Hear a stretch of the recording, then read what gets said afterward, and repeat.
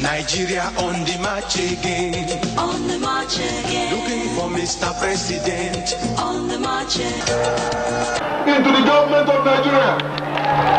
Long live the Federal Republic of Nigeria. People shout, Abacha Tiku, Abacha Tiku. In your life, you've never seen people so happy that a person died. Maybe you've seen it in the Arab Spring, perhaps. You'd hear about people going to, armed robbers going to people's houses, people being targeted, people being imprisoned. Imprisonment was normal for them. They normally have a prison kit ready, so that whenever they are picked up, at least they get to use and all of that. You know, these were Nigeria's big boys. They were disappearing. I remember waking up that morning, collecting money for lunch and saying bye-bye to my mom, and I never saw her again. Looking back, the kind of the future that we heard our parents talking about and the future that we expected clearly is almost like what you ordered versus what you got. And the likes, yeah.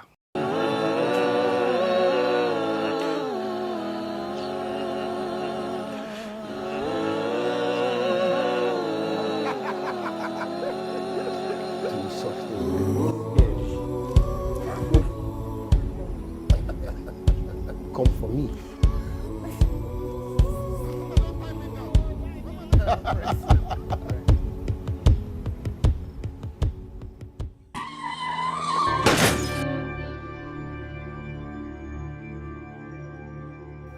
Kudirat Abiola was gunned down, allegedly by a force that includes Hamza al-Mustafa, who was a personal security to Abacha, and the famous Sergeant Rogers, who was the leader of a killer squad. Sergeant Rogers and a man called Franco Menka were famous, who used to run the DMI, were famous for vanishing and killing Nigerians and boasting about it. And they testified or were testified of at the Oputa panel. This was the country we're living in. This is North Korea things. People like Wole Soyinka had to flee the country in a bus at night through Cotonou, I think. Alfred Rewani, one of the biggest businessmen at the time, who was also one of the supporters of what was then Nadeco, which was the most prominent pro-democracy group, was killed. You need to, think of Alfred Rewani the way you would think of maybe a Mike Adenuga. These were Nigeria's big boys. They were disappearing. When you have a person who has economic power, but suffers a kind of indignity, assault, so consciously and gradually, he will start having the feeling that he needs to complement his economic power with political power. That's exactly what happened to Abiola. Because I was in Northern Barracks when the Mad Dog incident happened. It was Abiola who gave them the name, Mad Dog. He said some Mad Dog had attacked his son, So because he called them Mad Dog, so they were enraged. That was why they now locked him up. He went there on his own to go and get his son released. They said, no, they will not.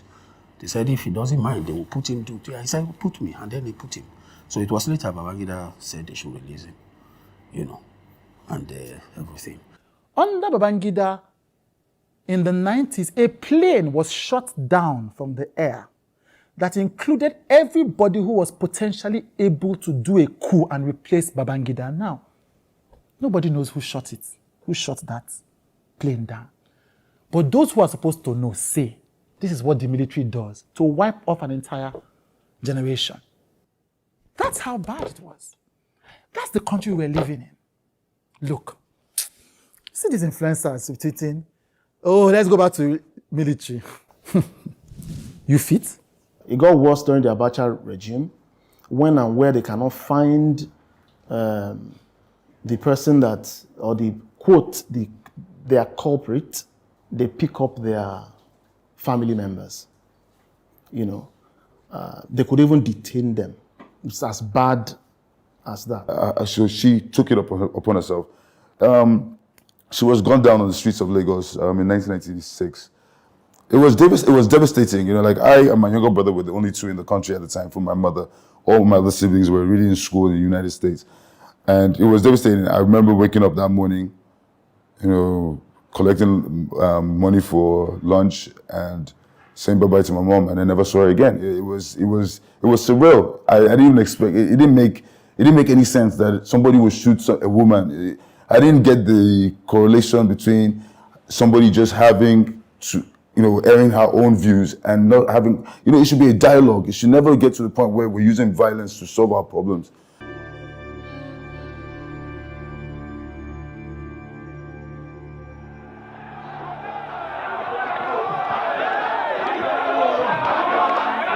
That's what was happening in Nigeria. People were dying, left, right, and center.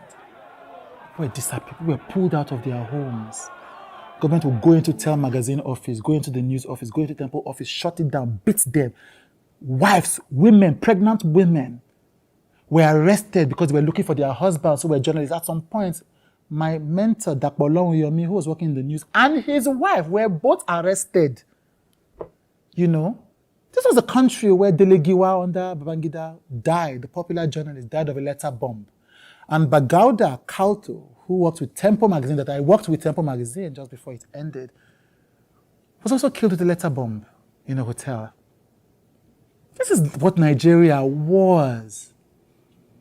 There is no comparison today. Things are bad, but they were better. I remember the likes of Femi Falana, who at that time was the youngest amongst them. There's Bekor and some Kuti. There's Ganifa Wahimi. There's Shehu Sani. Yes, the Senator Shehu Sani. Several of them also, but these are like very prominent names. And I also remember that I came across them a lot during my research.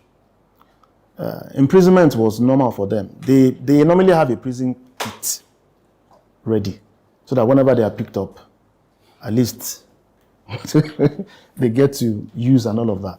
Most of the time, protests were violent. Not because the protesters want to be violent. I mean, who wants to be violent with a gun-wielding policeman or military man? But most of the time, the people are broken up, they are beaten, the key leaders are arrested. This was what it was to live under the military. And there was no better time. People speak with wistfulness about what Murtala Muhammad would have done. We only know what he did when he was in the offices. And what we had with those first core of military leaders was coups and counter-coups and Biafra, the Nigerian civil war. That's all we got. And the Muhammadu Buhari, who we thought then was the best president until he was removed by Bibi, well, he had his chance again. And the jury has made its claim on that. And this is the candidate I believed in. So there's no record that the military was a good thing. And the crescendo of the military's madness was Abacha, a brutal, dark-goggled dictator.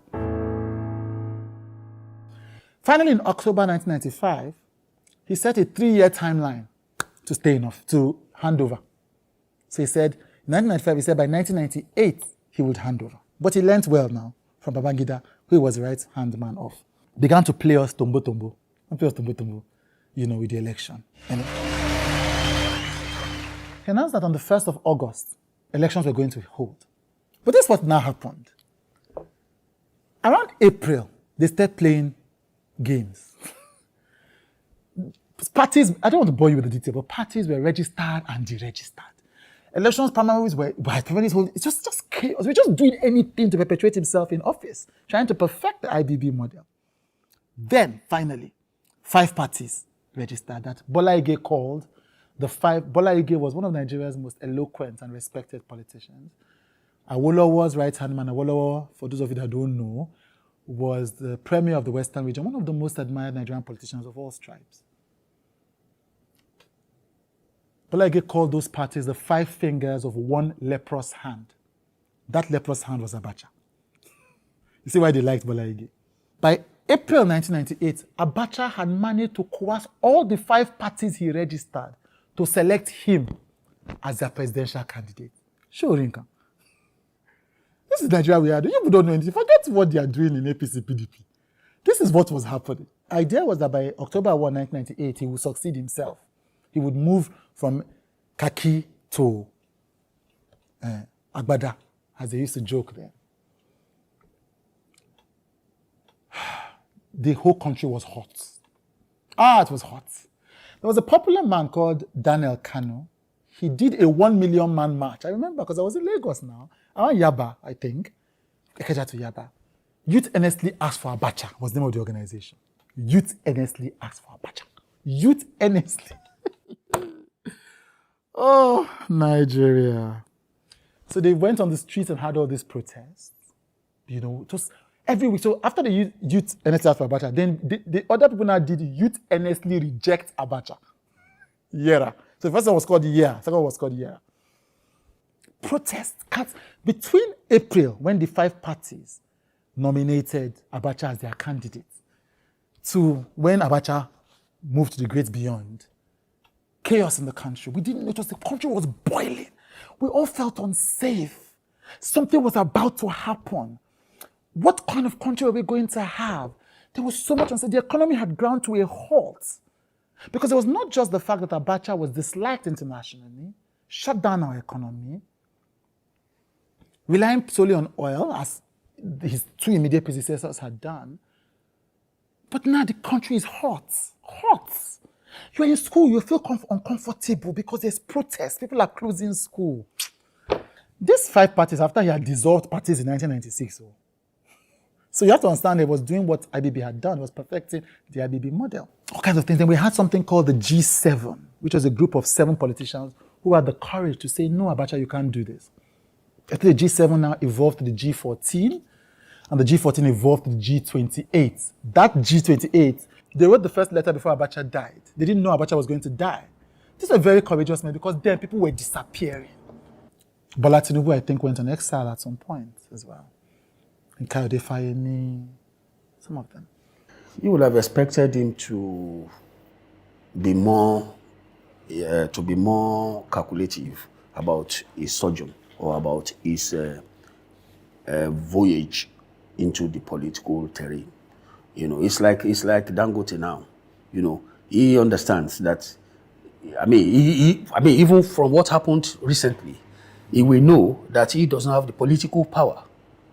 You understand? So he has economic power, but the people who control the politics, people who control power, can muzzle you, can frustrate you. You know, and that was really the kind of thing that happened to Abiola. But like Dangote now, he is very determined not to go into politics. You understand? Because he saw that his uncle, who gave him that business thing, Dantata, was successful and he did not do politics. So he stayed. And there was these 2 badass guys. One of them was Tunji Braithwaite and the other was MD Yusuf. I remember them because they still inspire me to this day. When the parties were conscripted, were coerced into, these are the only 2 people that had the courage to still run for office. And I remember because Madam Sheila Sholarin, who was the proprietress of my secondary school, Mayflower, would come and post their posters on the notice board in school. And I would be so inspired. I felt so inspired by these guys. And I remember MD Yusuf, so one of the adverts for Abacha, they had put him in an agbada and he was doing advert posters across the country. And one of the popular adverts for Abacha was who the cap fits. You know, that was the advert. And MD Yusuf did an advert saying, whose cap, which head. It's beautiful. These were badass guys.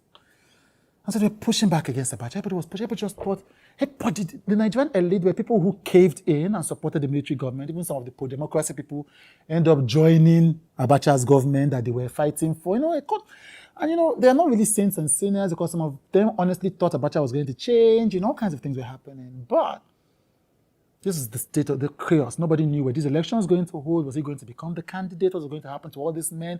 And the G28 had politicians like Solomon La, who eventually became the first chairman of the PDP, Alex Ekweme, who ran against Obasanjo for the PDP presidential ticket in 1998 or 1999.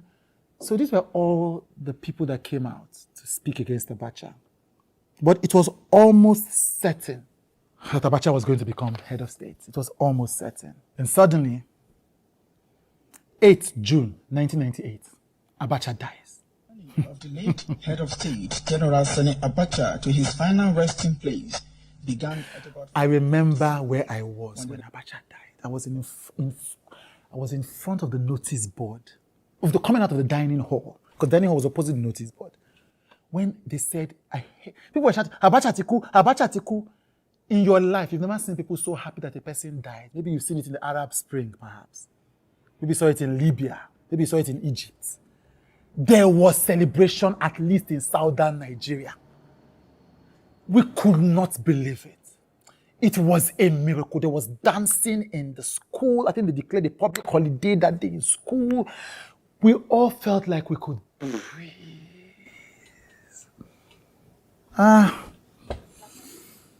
2 years later, I hear that Abiola Abacha dies, and we were so excited that, okay, finally my father will probably be released. It was full of excitement. We had a party at the house that day. It was my sister Hafsa. We were all dancing, and then I think my father had died, but I didn't know, because we were still young, and I was becoming a Akata, so I wasn't listening to my sisters when they were giving me advice. I used to be like, my father, my mother. I was expecting my father to come back, and I think about 2 months after, I didn't hear anything from my sister. I talked to my sister, I went to her, and said, Hafsa, when is daddy coming home? When are we going back to Nigeria? And she said they killed him, and she said he's dead.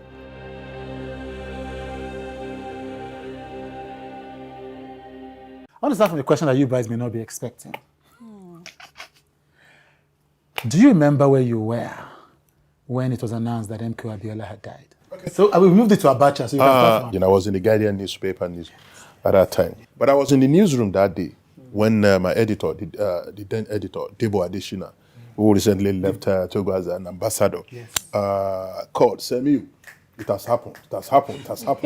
And I was deployed to Kano to report from the... Yeah. And of course, the mood, the country was like a big relief for that. Oh, finally, the devil behind the black Gogo.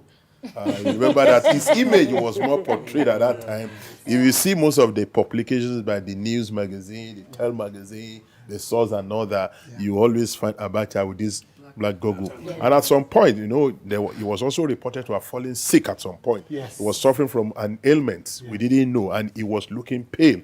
And so at that time too, people really felt, oh, look, finally, God has helped us to take this man out. And there was that high hope that, okay, finally, things will fall in place with the coming in of Abiola, not knowing that, well, eventually things will actually not fall in place, but fall into pieces.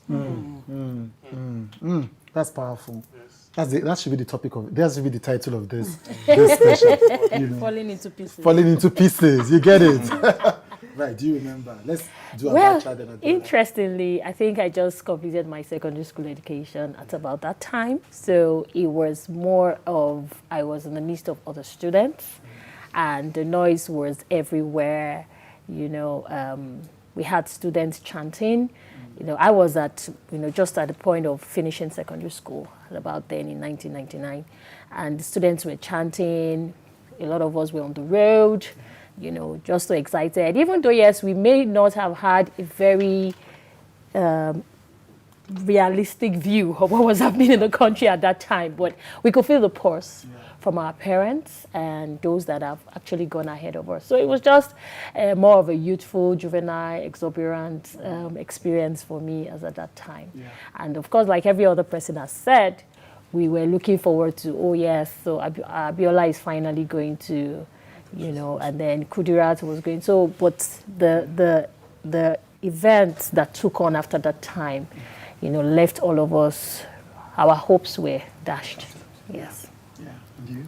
We're in the United States. I was there with my parents. They're there for Bible school. And I remember my stepdad on the phone call and he was talking and there was a bit of excitement and we were all waiting to hear, what is he saying? And then he came back and he told us that Abacha had died. And I think there was just that sense of relief, like, like finally, because we were hearing so much about what was happening back in Nigeria, even though we had only been away for about a year, 2 years, but you'd hear about people going to, armed robbers going to people's houses, people being targeted, people being imprisoned. But I still remembered having so much hope that now that Abacha is dead, surely MKO will finally claim his mandate.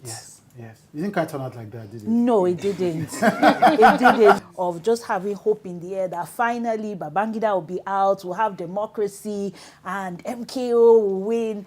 There was a bit of confusion when the news started filtering out because there was so much uncertainty. I remember vividly because it was we used to live at Ajegunle. So there are two Ajegunles in Lagos. There's the popular Ajegunle and there's the one before where the toll gate used to be, Altar, and the like. So it was a face my face. So we all ran outside. I didn't even know. I just read people. I just followed them too. So let's go. Whatever I celebrated, they said, "Oh, Abacha had died." And it was happiness. And as a young man, then everybody's happy. You have to be happy. And the like. So while they were happy, for me, it was no more men in uniform around again. Now it can be men in Agbada and all of that across. But I think looking back, the kind of the future that we heard our parents talking about and the future that we expected clearly is almost like what you ordered versus what you got and the likes. Yeah, and you? I was much young. How I got the glimpse of it was we just got to church and there was this song they were singing that time. The God that killed Abacha without using any gun. So that was actually a thing we were saying. Oh, wow. Yes. So that was the song, and that was what actually gave me the whole that was what made me catch the pulse. That okay, so this person that died, actually someone worth singing and testifying to God about. So I felt like wow. Yeah. So and moving forward, they were telling us that now, of course, coming from Yoruba home. And of course, they were saying now it is the Yorubas that will now take charge. All of those things, in Ibadan, of course, everybody was now like, okay, we are looking for a new ray of hope. That was my own understanding of it then. Democracy was better than the military. But before we got that democracy, so we all thought, okay, Abacha has died, they will put Abiola as president. And Abiola dies 1 month after Abacha. In the strangest of circumstances, the US authorities, and I think, first and foremost, Abiola didn't trust international players by that time because they felt they were now trying to get him to renounce his mandate for the sake of peace. In fact, Kofi Annan, who was the UN Secretary General at the time, came to visit Abiola in prison, in detention when he was, and Abiola had to write a letter after Kofi Annan left, accusing Kofi Annan of colluding with Abacha. This was the high-powered games Nigeria was playing. So he didn't trust them. But after Abacha died, a high-powered delegation came in from the US, including Obama's eventual National Security Advisor, Susan Rice, came to visit Abiola, essentially to find out a pathway for peace to reign. Because, at that time, and even until now, Nigeria was an important strategic partner to the US, keeping peace across West Africa, the Sahel, and as they say, in the ECOWAS region, and we have oil. People still need our oil. So they come to meet Abiola, and they claim, and Susan Rice has written it in her book, that suddenly Abiola started coughing. So they gave him tea. They made the tea for him. They gave him tea. After drinking the tea, Abiola starts coughing, and that's how Abiola dies. Susan Rice says they don't know what happened. What people say they don't know what happened, though. But if you ask people who think they know, they say they all thought that for the sake of this new transition, all the old had to go. These are interesting times in Nigeria because remember, Abacha was said to have died in the middle of 2 prostitutes who he had imported from India. Now, what is confirmed by people who were close to the president was that he was fond of importing women into the country to have sex. There's no proof of this, so we don't have picture, but this is what they said. And they say it was one day in the middle of them that they gave him an apple. And after eating the apple, he began to vomit and died. But another conspiracy theorist has said that Yasser Arafat, who was the head of Palestinian Liberties Organization, PLO, which was popular in fighting in the Middle East, had passed Nigeria on his way somewhere, met with Sani Abacha. And during the meeting with Sani Abacha, somebody had come, one of his men, a man sitting at the airport, had shook Sani Abacha's hand. And that was when, but after that, Sani Abacha collapsed on the floor minutes or hours after and fell sick after. So these are the two stories. This is how Nigeria was. Tea allegedly kills one, apple allegedly kills the other, or maybe poison. There has been no Nigeria like that since then. For those who say that the military was better than the democracy, this should remind you.